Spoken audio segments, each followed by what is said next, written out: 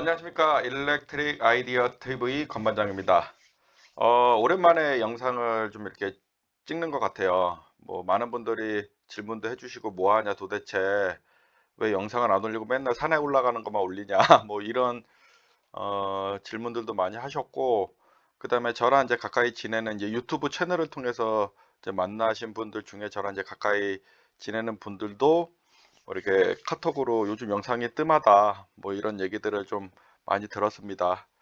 그래서 오늘은 이제 여러분들이 질문들을 상당히 많이 남겨주셨고, 그리고 제가 거기에 대해서 질문을 다 못 달아드렸었어요, 사실.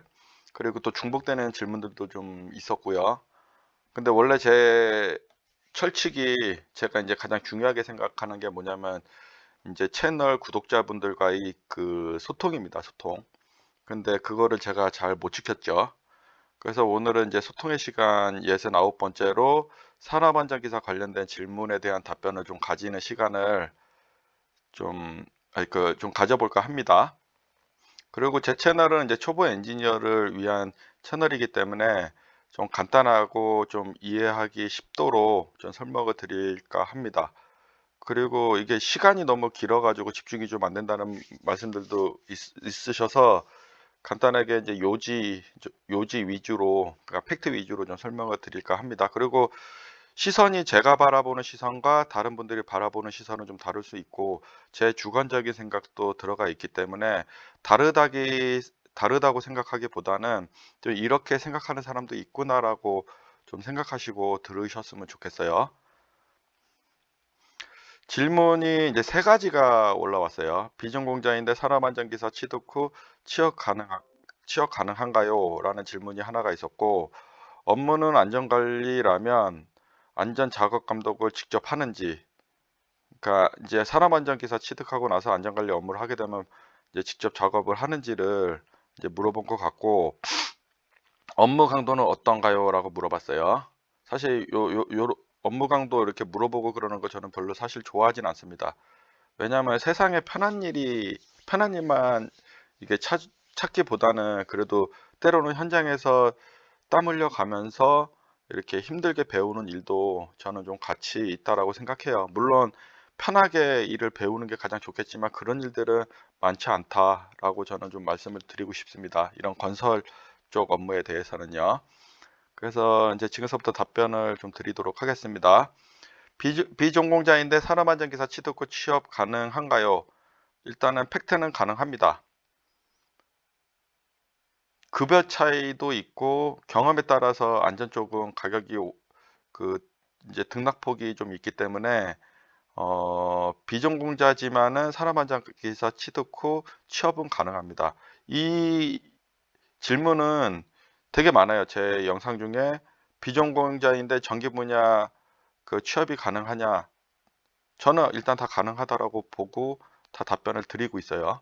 그리고 실제 취업하신 분들도 있고 산업안전기사도 동일합니다. 가능합니다. 그리고 취업 가능하고 눈높이를 좀 낮춰서 이렇게 찾아보시면 갈 데는 많을 거로 저는 생각이 되고, 요즘 같은 경우는 안전 쪽에 대해서 법이 계속 제정이 돼서 강화가 되고 있는 상태이기 때문에 안전관리 요원에 대해서는 이게 수요가 저는 계속, 건설공사가 있다 하면은 수요가 계속 있을 것이고, 건설공사가 아니더라도 일반 플랜트에도 안전관리 요원들이 다 있어요. 자체 직원을 고용해서 운영하는 경우도 있고 뭐 있습니다.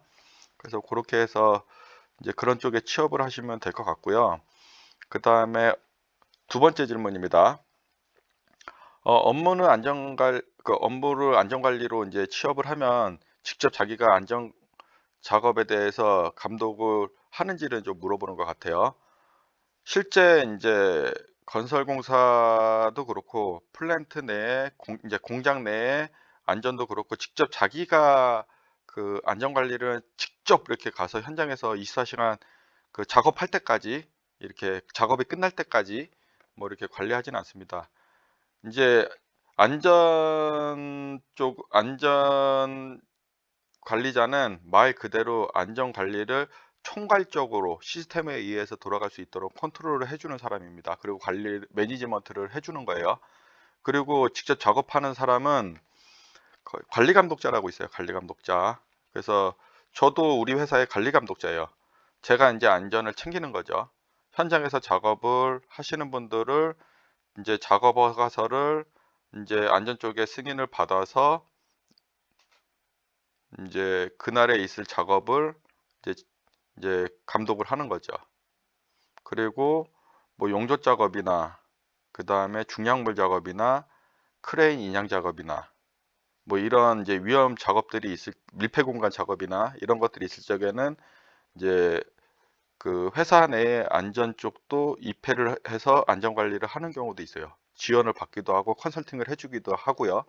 그리고 이제 규모가 큰 공사나 안전을 서드 파티 개념으로 해서 페트롤을 돌려서 이제 관리 감독자가 있으면서도 자체 그 페트롤을 또 돌려서 관리하는 경우도 있죠. 그래서 제가 하고 싶은 말은 안전 쪽에 직접 취업을 그 기업에 채용이 돼서 들어간다면은 관리 감독자가 밑에 있기 때문에 직접 이렇게 자기가 컨트롤하거나 그러진 않아요. 관리 감독자한테 업무 지시를 하고 실제 그 안전 관리가 시스템으로 돌아가는지를 매니지먼트를 하신다고 생각을 하면 됩니다.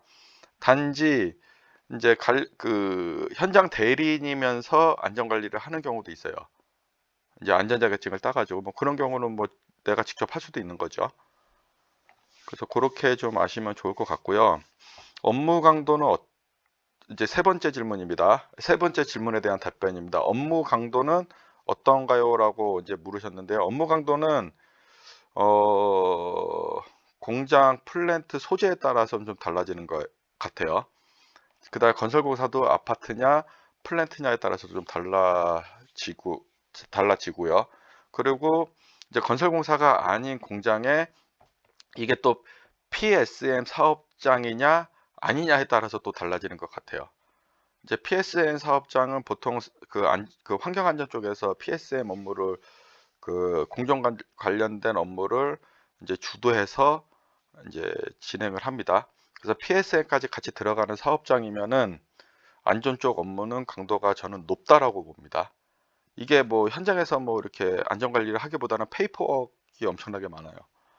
그 저희도 지금 발전소지만은 그 NG와 그 다음에 아모니아와 수소가스가 있어갖고 PSN 사업장으로 저희도 돼 있어서 뭐 2년이든 1년이든 뭐 등급에 따라서 이제 저희도 이제 심사를 받고 심사 받기 전에 저희도 이제 준비를 합니다. 그럴 적에 이제 그 페이퍼 웍들이 엄청나게 많아요. 실제 기본적으로 하고 있는 일들도 있지만 그 이제 심사 전에 또 챙겨야 되는 일들도 있다라는 거죠. 그래서 그럴 경우는 늦게까지 야간 작업도 많이 할 겁니다. 그래서 PSM 사업장이 아닌 곳에 간다면은 크게 이렇게 어려움은 없을 거로 어려움이 없을 수도 있지만은 그래도 안전 자체는 매니지먼트를 하기 때문에 그 페이퍼워크가 그래도 많다. PSM 사업장은 더더욱 많다라고 좀 생각을 하시면 좀 좋을 것 같아요. 답변이 됐나요? 제가 이제 이 사진을 좀 이제 가지고 왔어요.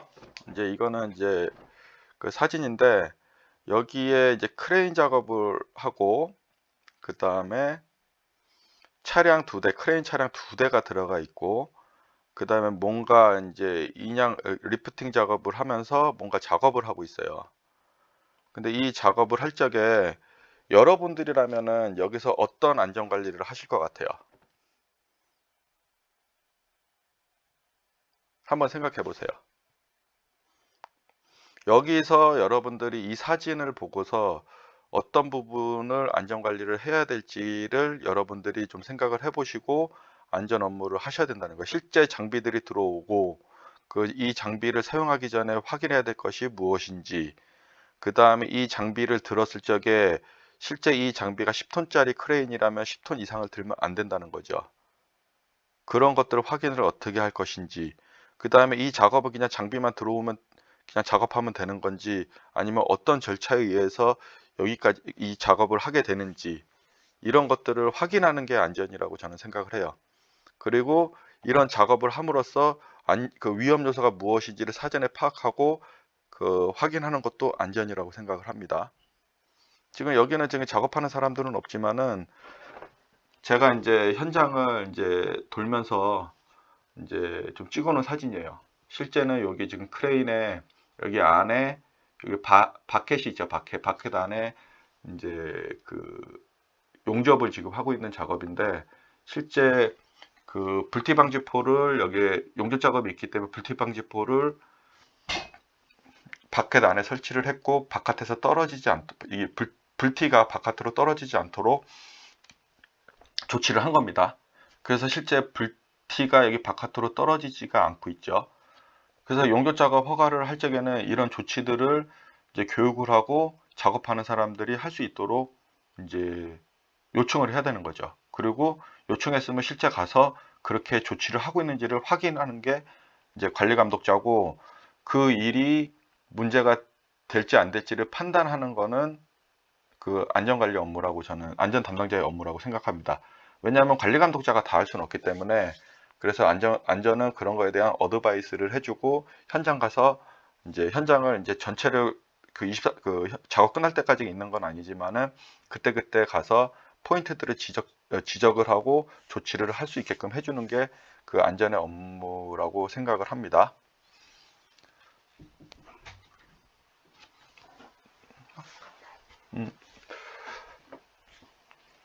이런 거 보면서 이제 여러분들이 이제 안전을 어떻게 할 건지 당황하면 안 되겠죠. 그죠?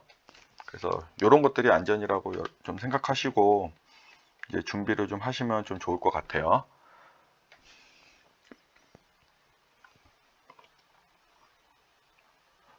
본 영상이 도움이 되셨으면 좋아요, 구독 부탁드리겠습니다.